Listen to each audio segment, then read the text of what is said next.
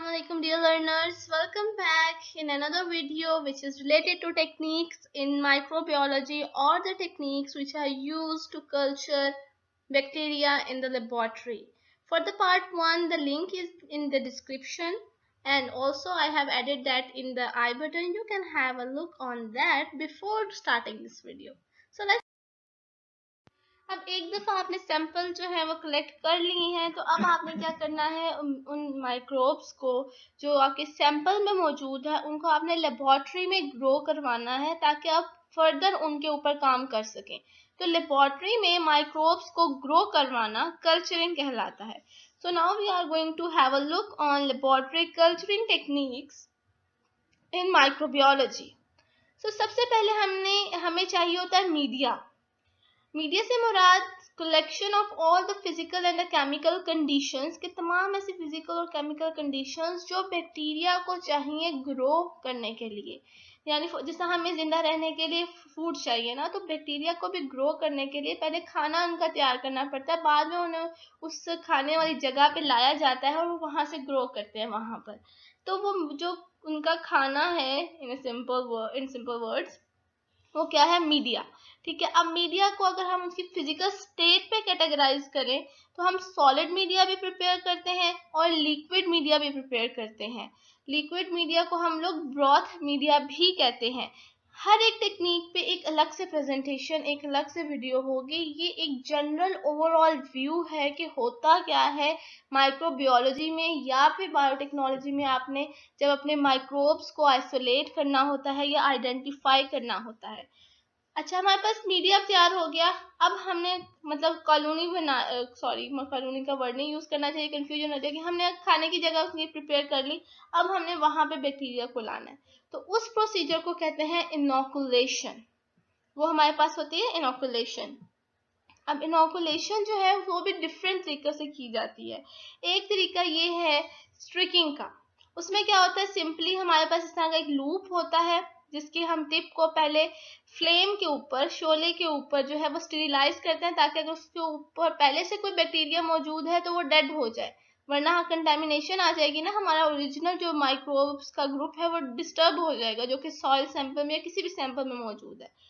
खैर, वो हम लोग पहले लेते हैं, उसको फ्लेमिंग करते हैं। बाद में हम लोग जो है इस लूप की मदद से उस सॉलिड सरफेस से या उस किसी भी सैंपल से जो है वो लेकर जो हमारे पास होती है बैक्टीरियल कम्युनिटी जो भी होती है, उसको बाद में स्ट्रीक करते हैं। स्ट्रीकिंग का पैटर्न कुछ ऐसा रखते हैं जो आपको नजर आ रहा है और नंबरिंग के साथ है कि इस पैटर्न की वजह एक, वैसे तो आप चाहें तो कुछ भी कर सकते हैं, लेकिन जब हमने स्पेसिफिकली हमें चाहिए होता है कि हम जो एंड तक जाएं तो हमारे पास सेपरेट कॉलोनीज आ जाएं ताकि हम वहां से एक कॉलोनी को पिक कर सकें, तो उसके लिए भी ये वाला पैटर्न जो है वो ज़रूरी होता है। वैसे स्टैंडर्ड पैटर्न जो है वो ये ही होता है, लेकिन अगर आपने सिर्फ सेव करने के लिए ग्रो करनी है तब आप किसी भी पैटर्न पे स्ट्रिकिंग कर सकते हैं। इसके इसी तरह स्ट्रिकिंग तो होगी जब सॉलिड मीडियम है हमारे पास।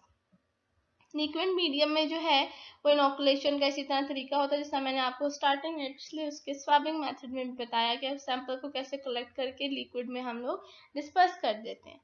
अब हमारे पास मीडियम आ गया या मीडिया आ गया, उसमें हमने बैक्टीरिया ऐड कर दिए। अब हमें कंडीशंस देनी है, ठीक है, यानी कि एक्सटर्नल टेम्परेचर क्या होगा, एयरेशन यानी ऑक्सीजन चाहिए या नहीं चाहिए उन माइक्रोब्स को। हमने वो अपने पर्पस, अपनी कम्युनिटी, माइक्रोबियल कम्युनिटी के हिसाब से वो कंडीशंस जो हैं वो करनी होती हैं। यहाँ डिफरेंट कैटेगरीज हैं मीडिया की।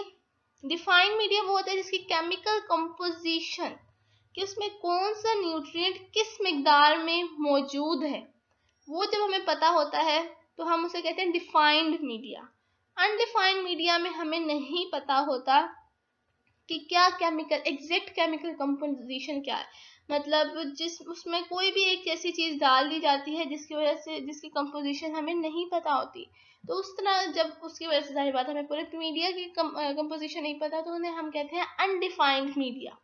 इनरिच्ड मीडिया ऐसे ही किस्म है मीडिया की जो कि ज्यादातर बैक्टीरिया के लिए होती है, मतलब उस पर ज्यादातर बैक्टीरिया की स्पीशीज जो हैं वो ग्रो कर सकती हैं। अक्सर अनडिफाइंड मीडिया जो है वो इनरिच्ड मीडिया भी होते हैं। सिलेक्टिव मीडिया एक ऐसी टाइप है जिसमें हम जो है वो particular type of bacteria grow करते हैं, तो हमारे वो वाली पर्टिकुलर टाइप सेलेक्ट हो जाती है, ठीक है।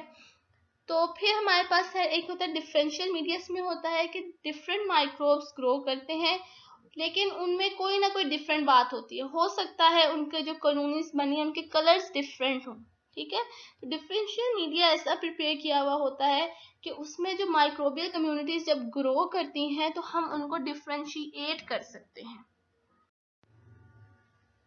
फिर हमारे पास आता है कि हमने अब ग्रो करवा ली इस तरह, अब हमने आइसोलेट कैसे करना है सिंगल स्ट्रेन को, ठीक है। एक किस्म की जो हमारे पास स्ट्रेन है उसको हमने कैसे अलग करना है दूसरों से, इसके भी डिफरेंट मेथड्स है। एग्जांपल के तौर पे जो है वो मैंने यहाँ पे ऐड किया है क्वाड्रेंट मेथड, नाम से जाहिर है इसमें हम लोग स्ट्रीक्स इस तरह करते हैं 4 डायरेक्शंस में, ठीक है।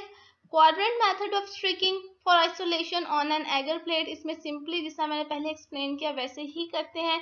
एंड पे हमारे पास जो 4th क्वाड्रेंट होता है, ठीक है, वहां पे कॉलोनीज ऐसे सेपरेट आई होती हैं। यहाँ एक डॉट का मतलब है एक कॉलोनी, और एक कॉलोनी जो है का मतलब यहाँ पे सिर्फ एक ही टाइप ऑफ स्ट्रेन के जो है वो सारे बैक्टीरिया मौजूद हैं, ठीक है। तो वहां से फिर हम पर्टिकुलरली उस कॉलोनी को पिक कर लेते हैं with the help of a loop, जिस तरह पहले बताया, और फिर अलग से एक नई प्लेट पे जो है वो ले जाते हैं और वहां पे ग्रो करवा लेते हैं।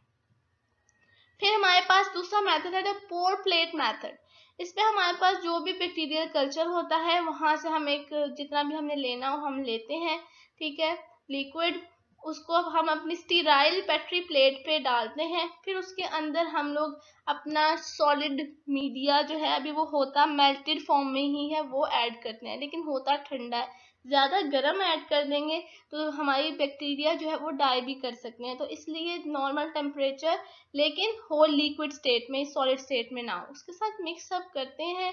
और फिर उसके बाद स्वर्ल इसकी मिक्सिंग करने के बाद उसको जो भी कंडीशंस चाहिए, टेम्परेचर चाहिए ग्रो करने के लिए, उस पर रख देते हैं। तो उस पर इस तरह अलग अलग कॉलोनीज आ जाती हैं, डिफरेंट कॉलोनीज की अपीयरेंस होगी। जिस ये 2 तरह की कॉलोनीज नजर आ रही है, इसका मतलब है ये एक किस्म का स्ट्रेन है जिसकी पूरी एक कॉलोनी है, ये दूसरे किस्म का स्ट्रेन है जिसकी पूरी कॉलोनी है। तो इस तरह भी हम सिंगल स्ट्रेन को जो है वो आइसोलेट कर सकते हैं। अब आइसोलेट कर लिया, सैम्पलिंग पहले की, कल्चर किया लैब में, फिर अब पर्टिकुलर स्ट्रेन को आइसोलेट कर लिया, तो अब हम देखना चाहते हैं कि कितने हमारे पास जो सेल की डेंसिटी है वो हमारे मीडिया में मौजूद है। ये डिफरेंट पर्पस के लिए हो सकता है हम लोग ग्रोथ रेट मेजर करना चाह रहे हो कि इतने दिनों के बाद, इतने घंटों के बाद कितने बैक्टीरिया ग्रो कर चुके हैं, तो उसके लिए हम लोग ये काम कर रहे हो, ठीक है। तो डिफरेंट इसके भी बहुत से मेथड्स हैं, 3 की मैंने यहाँ पे बात की है, जो उनका जिसका हम बेसिक प्रिंसिपल डिस्कस करेंगे, जो डिटेल है वो हम लोग बाद में डिस्कस करेंगे। तो इसका बेसिक प्रिंसिपल शुरू होता है कुछ यूं कि प्लेट, हर एक का बेसिक प्रिंसिपल, पहले हमारे पास प्लेट काउंट मेथड, सिंपल नाम से जाहिर है कि प्लेट, यानी हमारे पास जो एगर प्लेट आएगी, ठीक है, उस पर हम काउंट कर लेंगे, ठीक। फिर हमारे पास एक डायरेक्ट माइक्रोस्कोपिक काउंट, इसमें हमारे पास एक खास किस्म की स्लाइड होती है हीमोसाइटोमीटर की तरह की, उस पे हम अपना कल्चर स्प्रेड करते हैं, उसके सेल्स जो उस पे कंपार्टमेंट्स बने होते हैं वहां डालते हैं और फिर माइक्रोस्कोप के जरिए गिन लेते हैं। फिर हमारे पास है टर्बिडिटी मेथड, ठीक है। इन सब की हम लोग डिटेल डिस्कस करेंगे अपनी नेक्स्ट वीडियो में, यानी इस वीडियो के नेक्स्ट पार्ट में, because it already has been very long. So that's enough for today. हम लोग इसकी नेक्स्ट वीडियो में सारी डिटेल्स देखेंगे। अगर अभी आज तक आपने चैनल को सब्सक्राइब नहीं किया तो सब्सक्राइब कर लें, ताकि आपके पास सारे नोटिफिकेशन फौरन आ जाएं जब भी कोई न्यू इन्फॉर्मेटिव वीडियो आए, जिससे आपके जनरल बेसिक कॉन्सेप्ट्स क्लियर हों, या आपको एक स्टार्टिंग पॉइंट मिल जाए कि आपने अब अपना काम स्टार्ट कैसे करना है। So best of luck for all your learning. Allah Hafiz.